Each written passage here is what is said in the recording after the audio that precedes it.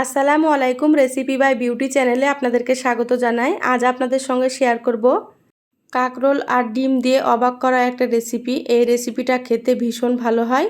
ঘরে মাছ মাংস না থাকলে আপনারা এই রেসিপিটা রান্না করে দেখতে পারেন।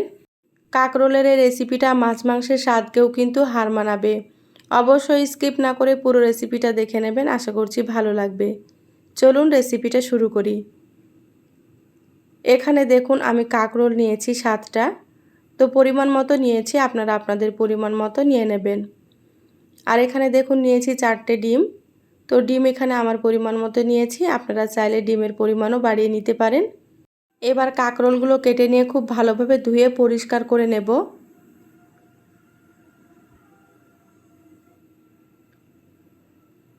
কাঁকরোলগুলো কেটে নিয়েছি, গ্যাস অন করে কড়াই দিয়ে দিলাম, দিয়ে দিচ্ছি এখানে সরষের তেল। তো এখানে আমি 1.5 টেবিল চামচ সরষের তেল দিয়ে দিলাম। তেলটা প্রথমে খুব ভালোভাবে গরম করে নেব। দেখুন তেল গরম হয়ে গিয়েছে। এবার আমি এখানে কেটে রাখা কাঁকরোলগুলো দিয়ে দিচ্ছি। আমি এখানে একটা কাঁকরোল 4 টুকরো করে কেটে নিয়েছি। আর কাঁকরোলগুলো আপনারা একটু কচি দেখে নেওয়ার চেষ্টা করবেন। আর দিয়ে দিলাম এখানে 2টো আলু। তো কাঁকরোলের মতো করে আমি কেটে নিয়েছি আলুগুলো। এখানে হাফ চা চামচ দিয়ে দিলাম লবণ, সামান্য একটু দিয়ে দিলাম হলুদ গুঁড়ো। এবার গ্যাসের আঁচ বাড়িয়ে কাঁকরোল আর আলুগুলো খুব ভালোভাবে ভেজে নেব। কাঁকরোলগুলো সময় নিয়ে ভালোভাবে ভেজে নিতে হবে।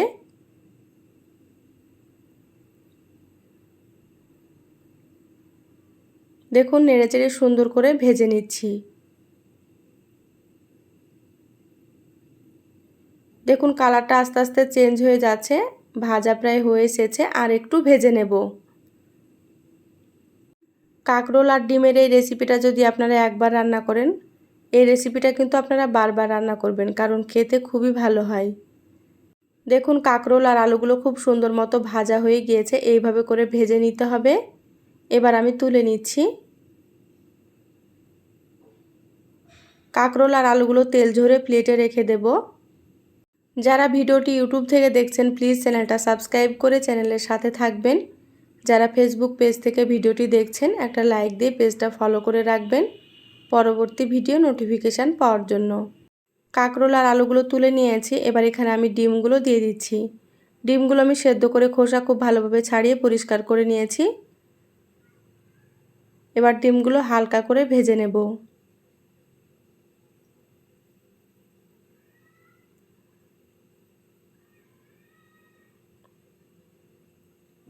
দেখুন ডিমগুলো ভাজা হয়ে গিয়েছে, হালকা করে ভেজে নিলাম।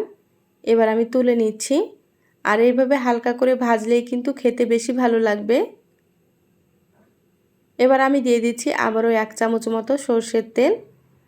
তো এই রান্নাটা আমি সরষের তেলে করছি, আপনারা চাইলে সাদা তেল দিয়েও করতে পারেন। এখানে হাফ চা চামচ দিয়ে দিলাম কালো জিরা, আর দিয়ে দিচ্ছি একটা তেজপাতা। এবার এগুলোকে কয়েক সেকেন্ড ভেজে নেব।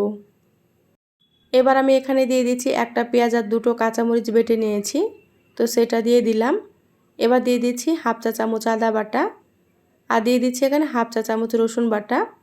এখানে আমি হাফ চা চামচ রসুন বাটা দিয়েছি, ভিডিওটা স্কিপ হয়ে গিয়েছে, তো আপনাদেরকে বলে দিলাম। এবার নেড়েচেড়ে মশলাটা একটু ভেজে নিলাম। এইভাবে মশলাটা ভেজে নিতে হবে আদা রসুনের কাঁচা গন্ধ চলে যাওয়া পর্যন্ত। এবার মশলার বাটিটা ধুয়ে একটু পানি দিয়ে দিলাম। দিয়ে দিলাম এখানে স্বাদ মতো লবণ। তো লবণটা বুঝেই ব্যবহার করতে হবে, কারণ প্রথমে লবণ দিয়েছিলাম। দিয়ে দিলাম হাফ চা চামচ হলুদ গুঁড়ো, হাফ চা চামচ দিয়ে দিলাম জিরা গুঁড়ো, হাফ চা চামচ এখানে দিয়ে দিচ্ছি ধনিয়া গুঁড়ো, আর এখানে হাফ চা চামচ দিয়ে দিচ্ছি মরিচের গুঁড়ো। আপনারা ঝাল বুঝে মরিচের গুঁড়ো এখানে ব্যবহার করবেন। হাফ চা চামচ দিয়ে দিচ্ছি এখানে কাশ্মীরি মরিচের গুঁড়ো। কাশ্মীরি মরিচের গুঁড়োটা আমি কালারের জন্য দিয়ে দিলাম, আপনারা চাইলে স্কিপ করতে পারেন। এবার নেড়েচেড়ে মশলা খুব ভালোভাবে কষিয়ে নেব। আমি যতটা পরিমাণে রান্না করছি সেই পরিমাপে মশলাগুলো দিয়ে দিলাম। আপনারা যদি এর থেকে বেশি রান্না করেন তাহলে মশলার পরিমাণ আপনারা বাড়িয়ে দেবেন। গ্যাসের আঁচ মিডিয়ামে রেখে মশলা থেকে তেল ছাড়া পর্যন্ত কষিয়ে নিচ্ছি। দেখুন সুন্দর মতো কষানো হয়ে গিয়েছে। এবার আমি এখানে ভেজে রাখা ডিমগুলো দিয়ে দিচ্ছি। সামান্য একটু পানি দিয়ে দেব। এবার আমি ডিমগুলো খুব ভালোভাবে কষিয়ে নেব মশলার সাথে। এইভাবে মশলার সাথে কষিয়ে নিলে কিন্তু খেতে বেশি ভালো লাগবে। গ্যাসের আঁচ মিডিয়ামে রেখে খুব ভালোভাবে কষিয়ে নিচ্ছি। আমার চ্যানেলে আরও অনেক রেসিপি আছে, চাইলে আপনারা রেসিপিগুলো দেখে আসতে পারেন, দেখবেন ভালো লাগবে। দেখুন খুব ভালোভাবে ডিম কষিয়ে নিয়েছি। এবার এখানে আমি দিয়ে দিচ্ছি ভেজে রাখা কাঁকরোল আর আলু। এবার নেড়েচেড়ে মশলার সাথে খুব ভালোভাবে মিশিয়ে নেব।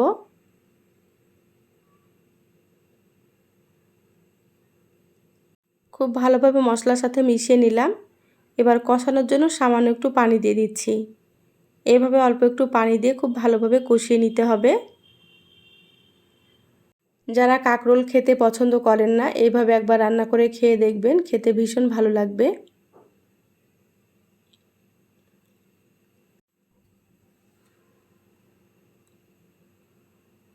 দেখুন খুব ভালোভাবে কষানো হয়ে গিয়েছে, এইভাবে করে কষিয়ে নিতে হবে। আর কালারটাও দেখুন কত সুন্দর চলে এসেছে। এবার আমি এখানে সেদ্ধ হওয়ার জন্য পানি দিয়ে দিচ্ছি।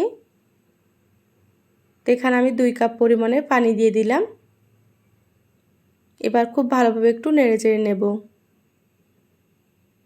যেহেতু কাঁকরোল আর আলুগুলো সেদ্ধ হবে, সেজন্য এখানে অবশ্যই পানি দিতে হবে। আর এটা একটু ঝোল করে রান্না করব। এবার ঢাকা দিয়ে মিডিয়াম আঁচে 10 মিনিট রান্না করে নেব। তো দেখুন 10 মিনিট রান্না করে নিয়েছি, ঢাকাটা খুলে নিলাম। এবার দেখে নেব এগুলো সেদ্ধ হয়েছে কি। দেখুন ঝোলটাও কিন্তু অনেকটাই কমে গিয়েছে। আলুগুলো সুন্দর সেদ্ধ হয়ে গিয়েছে, কাঁকরোলগুলো সেদ্ধ হয়ে গিয়েছে।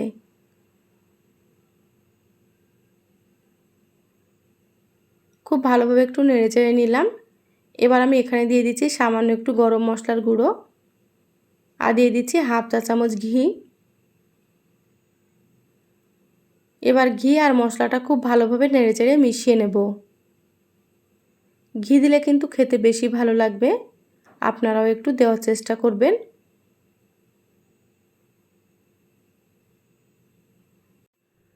দেখুন নেড়েচেড়ে খুব ভালোভাবে মিশিয়ে নিলাম, রান্না হয়ে গিয়েছে।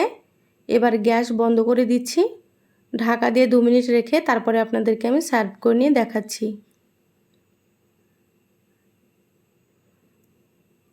দেখুন 2 মিনিট পর বলে ঢেলে নিয়েছি, আর কালারটা দেখে হয়তো আপনারা বুঝতে পারছেন রান্নাটা কত সুন্দর হয়েছে।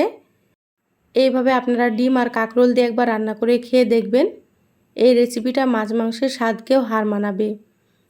বাড়ির ছোট থেকে বড় সকলেই কিন্তু রেসিপিটা পছন্দ করবে। এই সহজ রেসিপিটা কেমন লাগলো অবশ্যই চ্যানেলের কমেন্ট বক্সে কমেন্ট করে জানাবেন। ভালো লাগলে লাইক দিয়ে ভিডিওটা আপনারা শেয়ার করে দিবেন। সবাই ভালো থাকবেন, সুস্থ থাকবেন। ফিরে আসবো আবারও কোনো নতুন রেসিপি নিয়ে। ধন্যবাদ সবাইকে। আল্লাহ হাফেজ।